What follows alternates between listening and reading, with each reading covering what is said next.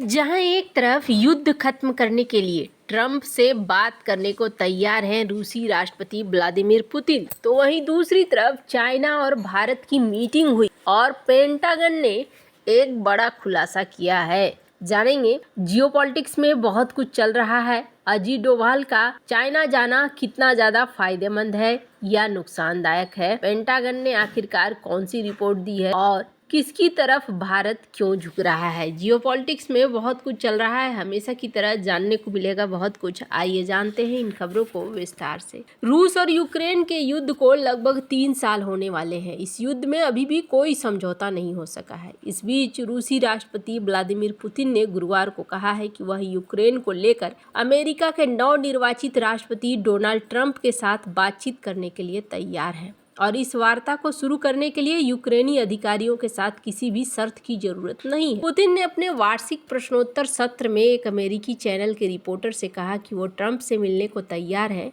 हालांकि कई वर्षों से उनसे बात नहीं की है। जब उनसे पूछा गया कि वो ट्रंप को क्या पेशकश कर सकते हैं, इस पर पुतिन ने ये दावा खारिज कर दिया कि रूस कमजोर स्थिति में है। उन्होंने कहा कि 2022 में यूक्रेन में रूसी सेना भेजने के बाद मॉस्को काफी मजबूत हुआ है। पुतिन ने कहा कि हमने हमेशा कहा है कि हम बातचीत और समझौतों के लिए तैयार हैं। उन्होंने ये भी कहा कि रूसी सेना अपने लक्ष्यों की ओर बढ़ रही है। पुतिन ने यूक्रेन के साथ अस्थायी युद्ध विराम के विचार को खारिज कर दिया और कहा कि केवल अस्थायी शांति समझौता ही स्वीकार्य होगा। उन्होंने कहा कि बातचीत की शुरुआत इस प्रारंभिक समझौते से होनी चाहिए जो युद्ध के शुरुआती हफ्तों में तुर्की में रूसी और यूक्रेनी वार्ताकारों के बीच हुआ, लेकिन लागू नहीं किया गया। उन्होंने कहा कि जल्द ही मेरी राय में यूक्रेन में लड़ने वाले लोग खत्म हो जाएंगे। हम तैयार हैं, लेकिन दूसरी तरफ भी वार्ता और समझौतों के लिए तैयार होना चाहिए। ट्रंप समझौता कराने में माहिर माने जाते हैं। ऐसे में माना जा रहा है कि ये युद्ध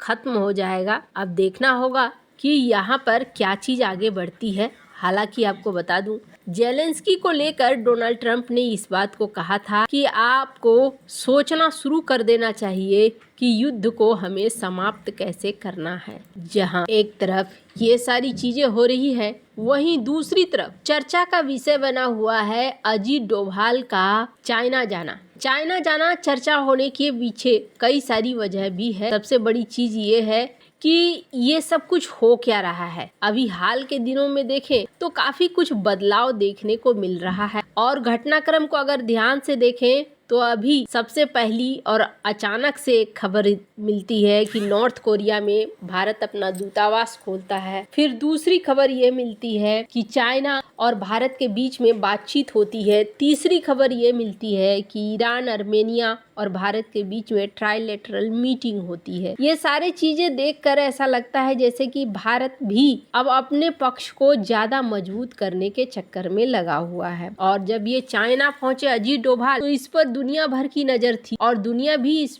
चीज को देख रही है। खास तौर पर अगर बात करें वेस्टर्न वर्ल्ड की, तो वेस्टर्न वर्ल्ड इस वक्त बहुत ध्यान से देख रहा है कि यहाँ पर क्या चल रहा है। भारत और चाइना के बीच में क्या सारी चीजें ठीक हो रही है। चीन के राजदूत भारत और चीन के बीच रिश्तों में एक बार फिर से गर्मजोशी देखने को मिल रही है। एक तरफ जहां भारत के national security advisor Ajit Doval और चीनी विदेश मंत्री वांग यी की बीजिंग में मुलाकात हो रही है, वहीं दूसरी तरफ भारत में मौजूद चीनी राजदूत ने बड़ा बयान दिया। ये बयान उनका भारत चीन के रिश्ते को लेकर है। चीनी राजदूत ने कहा कि चीन भारत के साथ काम करने को तैयार है, उन मुद्दों को पूरी तरह से लागू करने के लिए रजामंद है जो भारत और चीन के शीर्ष नेतृत्व में आपस में मिलकर तय किए हैं। उनका कहना है कि हम दोनों देश एक दूसरे के बड़े मुद्दे और जो मुद्दे उनके लिए काफी अहम है उसको पूरी तरीके से सम्मान के साथ एक दूसरे के हित को देखते हुए आपसी संवाद को बढ़ाएंगे। आगे चलकर जो तमाम आपस में मतभेद है उसको ठीक करेंगे। उनका कहना है कि हम इन सब मुद्दों पर काम करके दोनों देशों के बीच द्विपक्षीय बातचीत का जो रास्ता है उसे पूरी तरीके से खोलेंगे,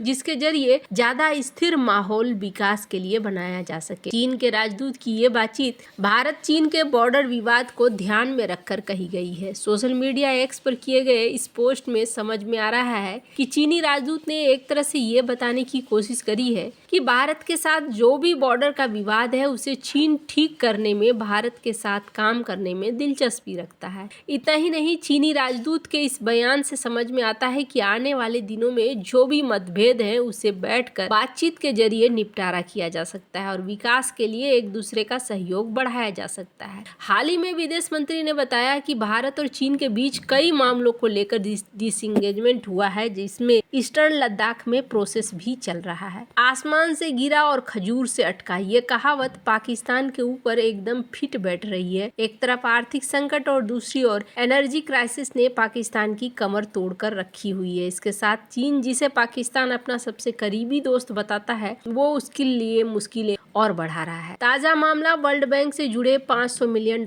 का है, जिसे वर्ल्ड बैंक ने देने से मना कर दिया है। वजह चीन और पाकिस्तान के बीच हुए पावर परचेज एग्रीमेंट में चीन के सख्त शर्तें और पाकिस्तान का बढ़ता विदेशी कर्ज है। चीन पाकिस्तान की दोस्ती पर आर्थिक तनाव का साया पड़ रहा है। भारत के साथ हुई हालिया बैठक में इस स्थिति को और भी पेचीदा बना दिया है। दरअसल पाकिस्तान की एनर्जी क्राइसिस कोई नई बात नहीं है। बिजली की मांग और आपूर्ति में बड़ा अंतर है। मांग करीब 27,472 मेगावाट का है और आपूर्ति 22,099 मेगावाट का है। यह अंतर बिजली के बढ़ते दाम और जनता की परेशानियों का सबसे बड़ा कारण बना हुआ है।